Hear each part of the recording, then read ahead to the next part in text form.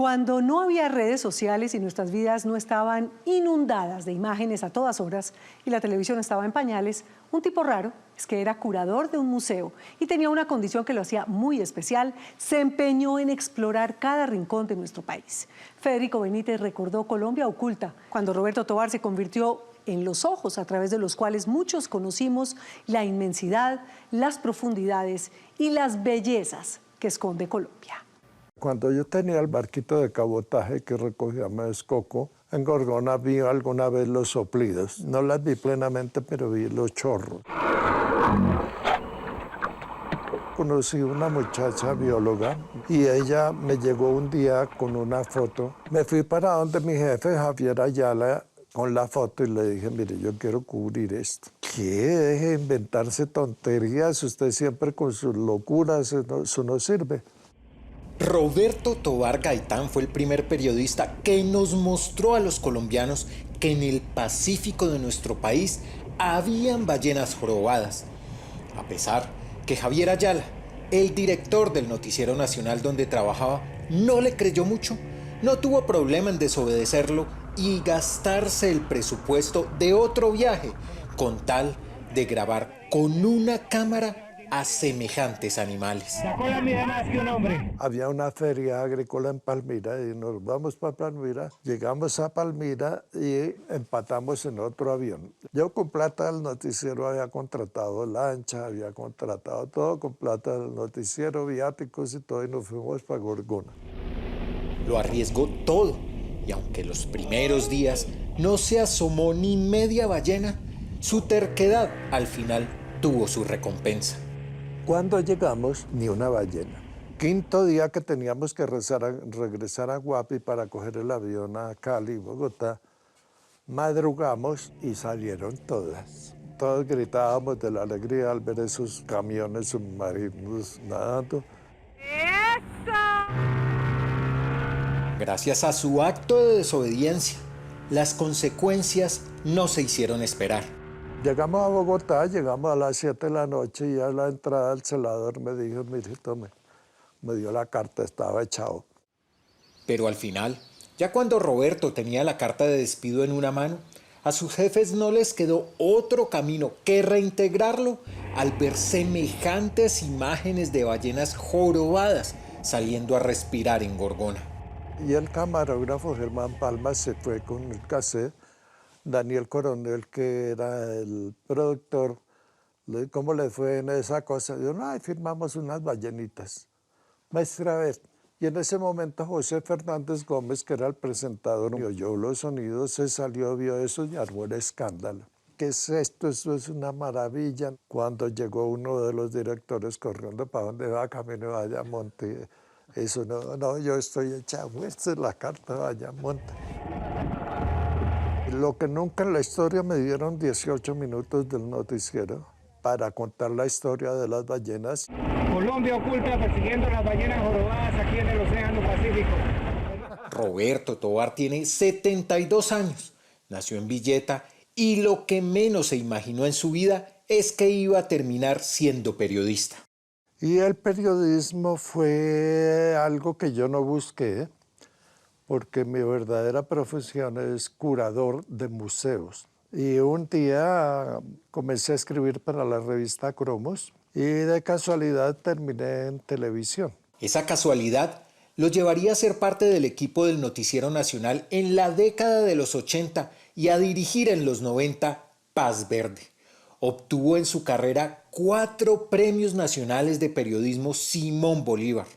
Su amor por la naturaleza lo alejó de informar sobre atentados con bombas, que era el pan de cada día en esa época, y lo llevó a explorar un país desconocido para la mayoría de los colombianos. Es que en medio de la tragedia, la naturaleza tiene una capacidad enorme. Su curiosidad era tan amplia que hasta se inventó la manera de meter una cámara al mar para conocer nuestro fondo marino.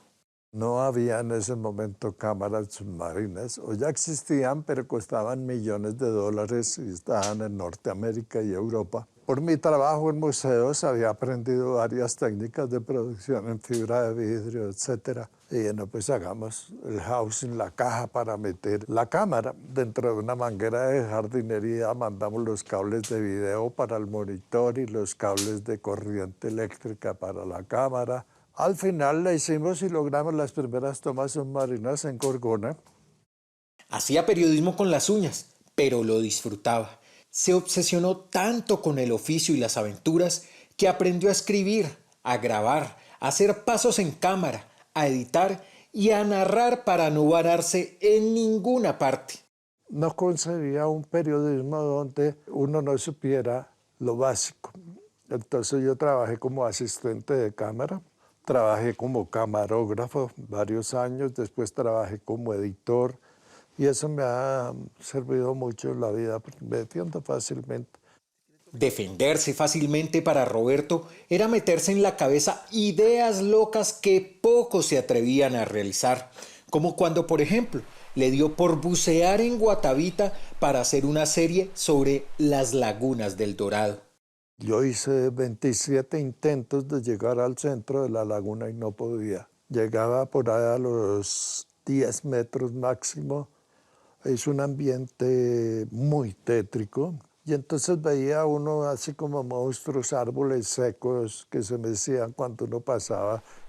Pero no se rindió. Ni lo tenebroso, ni los casi 30 metros de profundidad que tiene Guatavita lo hicieron desistir de ir al fondo de la laguna, que españoles e ingleses intentaron vaciar para sacarle una cantidad aún incalculable de oro y otras piedras preciosas. Un día me fui con un ramo de flores, le pedí a la diosa de la laguna que me permitiera descender. Al otro día hicimos un buceo, boom, de una para abajo. Para el fondo hubo mucha facilidad, todo fue muy rápido. Se averiguó toda la historia de la laguna que está en nuestro canal de cómo la desocuparon y la saquearon. Esa sin duda fue la mejor experiencia de buceo. Una gran experiencia que casi le cuesta la vida. Casi me mato. Estaba abajo en una de las inmersiones y el chaleco que uno usa para estar en la superficie se infló. Y yo salí como una bomba, pues disparé lleno ya. Lo único es que me desmayé. Hubo un instante en que yo vi un rostro femenino de ojos azules, piel blanca, cabecita inclinada con un velo acá puesto blanco y unas parcas indígenas en el velo, y me miraba y se sonrió. Y en ese momento, ¡pum!, yo ya salí del desmayo. Pero volver con él a Guatavita 34 años después de su hazaña, acompañarlo a subir por la montaña y sin él sentir el más mínimo cansancio, es ver cómo a pesar del tiempo, su pasión por la aventura y el periodismo siguen intactos. Roberto, ¿por qué su conexión con la laguna? Yo tenía 8 o 9 años de edad, vinimos con un pariente, Viernes Santo, 12 de la noche, que decían que alumbraban las huacas y vinimos y paramos en la base de la hondonada por donde rompieron para desocupar la laguna. Y esa noche se observaban miles de lucecitas alrededor del cráter. Ahí comenzó la inquietud y el contacto con la laguna. Y no pierde la capacidad de asombro. La sigue mirando como cuando la vio la primera vez siendo un niño. Explica la importancia de esta laguna para los muiscas al detalle y cómo muchos colonos por codicia murieron al saquearla. Guatavita, según el mito muisca, era una laguna de sanación. Y los enfermos venían y hacían ofrendas dedicado a una diosa. Ahí murió mucha gente. Ahí donde yo estoy parado, adelantico aquí, había un túnel que cavaron para desocuparla y había 40 obreros por acá, 40 obreros abajo.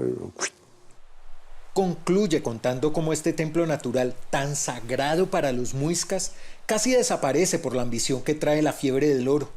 No puede evitar llenarse de nostalgia. La desocuparon toda y se la robaron toda, toditica se la robaron. Más de 3 siglos de saqueo. Cuando al fin se dieron cuenta, comenzaron a abrir. Roberto es un periodista especial. Las cámaras, las aventuras y las historias le ayudaron a superar una condición de la que solo se dio cuenta que sufría ya siendo adulto y mientras hacía una entrevista. Fue así que entendió por qué su niñez y su vida ha sido en parte solitaria. Le cuesta mirar a la cara y en ocasiones a la cámara, pero cuando está narrando una historia no hay poder humano que lo detenga. Trabajando tuve la oportunidad de entrevistar a una psicóloga. Ella me miraba y todo, había visto los programas. Me dijo, usted tiene Asperger, ¿verdad? Y le dije, ¿y eso qué es? Me dijo, usted mira al suelo mucho y esquiva la cámara, esquiva las miradas. Dije, sí. ¿Cuántos amigos tiene? De amigos no conocidos, 3. De resto no. ¿Y la niñez fue difícil? Muy solitaria, ¿no? Paradójicamente, Roberto, que le sacó el cuerpo a informar sobre carteles y tragedias para darle minutos al medio ambiente, nunca se imaginó que la guerra que libró Pablo Escobar contra el Estado le dejaría una cicatriz que lo marcaría para toda su vida. Mi esposa fue a recogerme a la oficina con mi hija mayor y íbamos en la 46, no me acuerdo, en la calle y de pronto, pum, todo se oscureció. Al instante de la explosión de una bomba no se ve luz, sino todo oscuro, pero es un negro más negro que el carbón. Y luego silencio. El carro quedó con los vidrios caídos, la consola torcida. Mi esposa recibió unas esquirlas acá. Aún aturdido, se fue para la clínica. El diagnóstico fue desalentador. Y yo tenía ya el zumbido permanente en los oídos, el pitido. Y con eso quedé, ¿no? De este oído perdí el 80% y de este el 40%. Bomba de don Pablo Escobar. Ahí está, todo lo que se hunde uno. Viajaba tanto, explorando Colombia, que en una época le tocó volver parte de su equipo a su esposa y a sus hijas, porque ya no aguantaban más sus ausencias. Duré casi 20 años viajando. Llegaba a editar, las niñas decían quién es ese señor que llegó a regañar. Y mi esposa soportó todo. Un día cuando ya el matrimonio estaba para irse al suelo, yo estaba haciendo Paz Verde, entonces llamé de Cali a mi mujer, le dije, véngase, de aquí en adelante me va a acompañar. Hoy vive en el campo, pero asegura que no está retirado. Montó su propio canal en donde le cuenta a la gente sus grandes historias. A su edad, edita, narra, investiga y sigue con su curiosidad intacta. Eso sí, asegura que por Bogotá no se vuelve a asomar. Si no vuelvo a la ciudad, no tengo nada que hacer. Es muy agradable la vida de campo. Y hay mucha gente que no sabe, no entiende, porque que no tienen nada que hacer en la ciudad. Y las ciudades se volvieron demasiado agresivas. Y recalca que para él este oficio es imposible de dejar. Yo sigo con mi temática, no puedo dejar, ustedes lo saben, uno nace con eso, no lo puedo dejar y hasta el último día estaremos produciendo. Ese día está lejos de llegar, porque mientras tenga esa curiosidad por explorar, por viajar y por narrar, a Roberto Tovar aún le siguen quedando muchas historias por contar. Desde Colombia estuvo con ustedes Roberto Tovar Gaitán. Felicidades y mil gracias por su atención.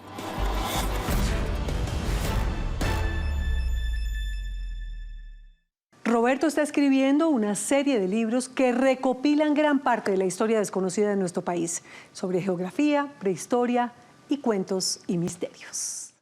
Hola, los invito a que se suscriban a nuestro canal de YouTube aquí. Y si quiere ver alguna de nuestras grandes historias, es fácil. Haga clic aquí. Chao, nos vemos.